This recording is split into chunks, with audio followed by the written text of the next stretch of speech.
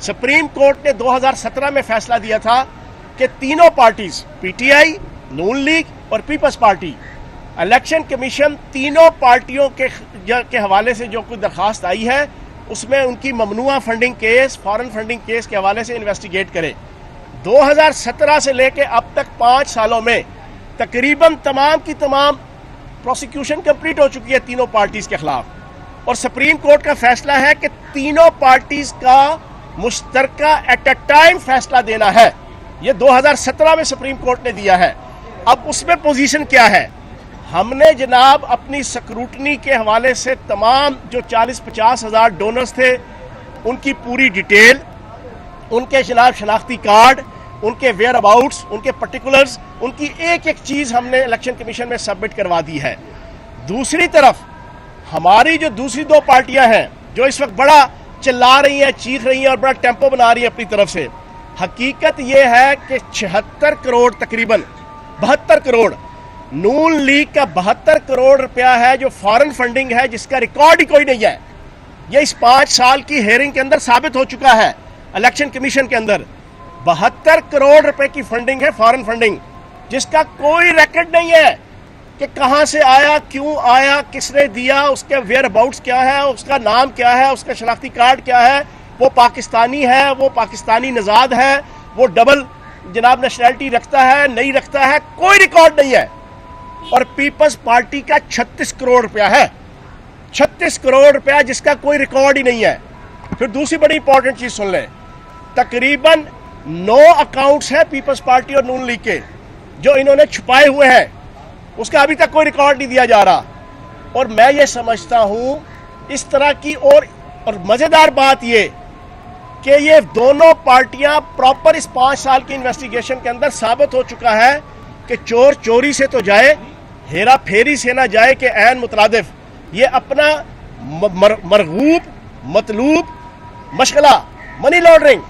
انہوں نے اپنے پارٹی اکاؤنٹ سے بھی منی لانڈرنگ اربوں روپے کی ہوئی ہے، اربوں روپے کی منی لانڈرنگ، اور یہ ساری چیزیں ثابت ہیں۔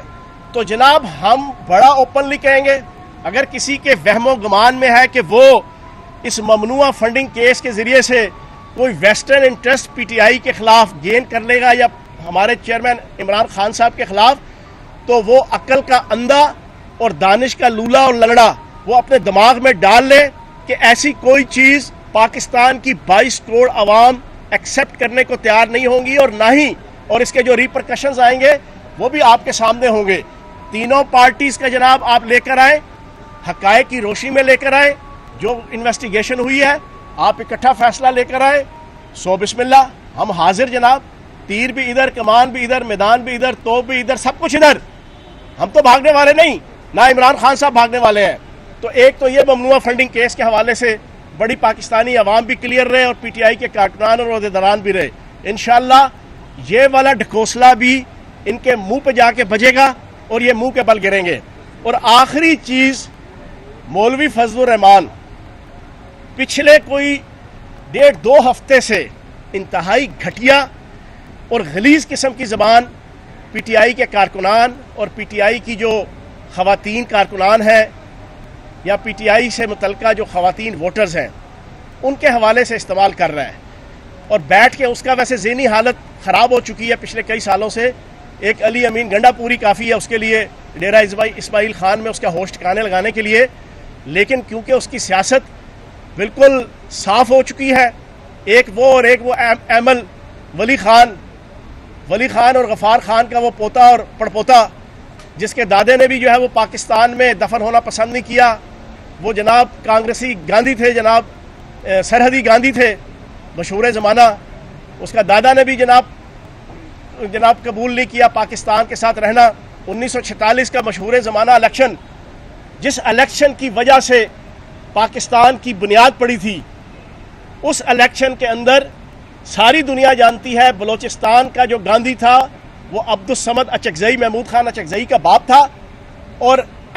ایمل ولی خان کا دادا غفار خان سرحدی گاندھی تھا، جس نے کھلا کے پاکستان کی مخالفت میں الیکشن میں حصہ لیا تھا، اور پھر پاکستان میں مرنے کے بعد اس نے دفن ہونا گوارا نہیں کیا تھا، اس نے کہا تھا مجھے جلال آباد دفن کیا جائے، تو جلال آباد میں اس کی قبر ہے۔ وہ کہتا ہے کہ عمران خان کو ٹھکانے لگا دو، اور یہ مولوی فضل الرحمان کہتا ہے جناب ہم زمین گرم کر دیں گے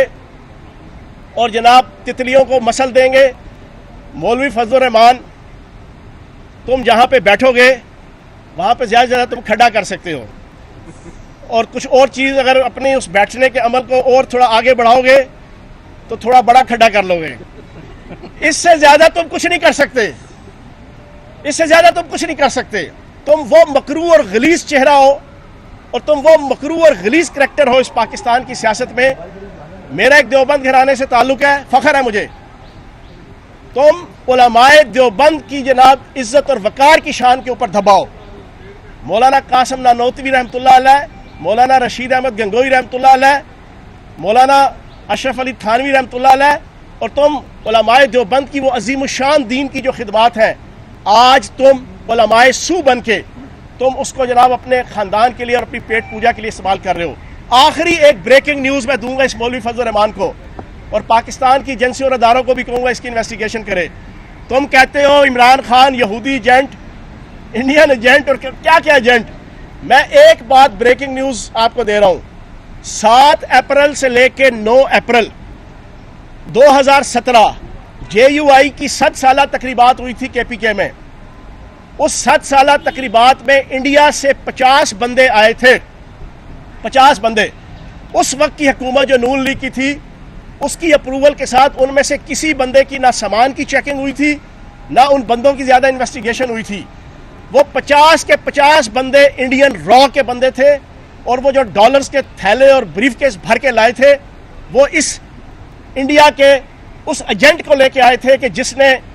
ایک دفعہ نہیں پچھلے 25 سالوں میں انڈیا میں کھڑے ہو کے کہا تھا. مولانا غفور حیدری اور مولوی فضل الرحمان مشرف دور کے اندر انڈیا گئے تھے اور واگا بارڈر پہ انڈیا والی سائٹ پہ کھڑے ہو کے انہوں نے کہا تھا کہ جناب شکر ہے میرے بزرگ جو ہے وہ پاکستان کی بنانے کی غلطی میں شامل نہیں تھے, اور انہوں نے کہا تھا کہ پاکستان اور انڈیا کی کنفیڈریشن بننی چاہیے, ان کی جناب خارجہ اور ان کی داخلہ اور ان کی تمام معاملات جو ہے وہ مشترکہ ہونے چاہیے. یہ وہ انڈین ایجنٹ ہے جس کے باپ دادا نے بھی, جس کے اباؤ اجداد نے بھی, اور آج وہ خود بھی وہ اس کے اشارے پہ ناچ رہا ہے. میں مطالبہ کروں گا وہ جو 50 بندے آئے تھے وہ انڈین را کے بندے تھے اور 2017 میں آئے تھے, پوچھا جائے کہ وہ وہاں پہ کون سے تھیلے اور بریف کیس بھر کے لائے تھے. تو مولوی فضل الرحمان تم بات کرنے سے پہلے 100 دفعہ سوچا کرو. نہ تمہارا چہرہ ہے, غلیظ زبان, اور اپنے غلیظ چہرے کو عورتوں کے حوالے سے اتنا گھٹیا طریقے سے استعمال نہ کرو. تم دین کا نام استعمال کرتے ہو, تمہیں شرم آنی چاہیے, تمہیں شرم آنی چاہیے. تم جس انداز سے خواتین کے حوالے سے گفتگو کرتے ہو, انشاءاللہ آنے والے الیکشنوں میں تم 100% KPK سے ایلیمینیٹ ہو جاؤ گے عمران خان صاحب کی قیادت میں اور PTI کے جھنڈے تلے انشاءاللہ. بہت شکریہ.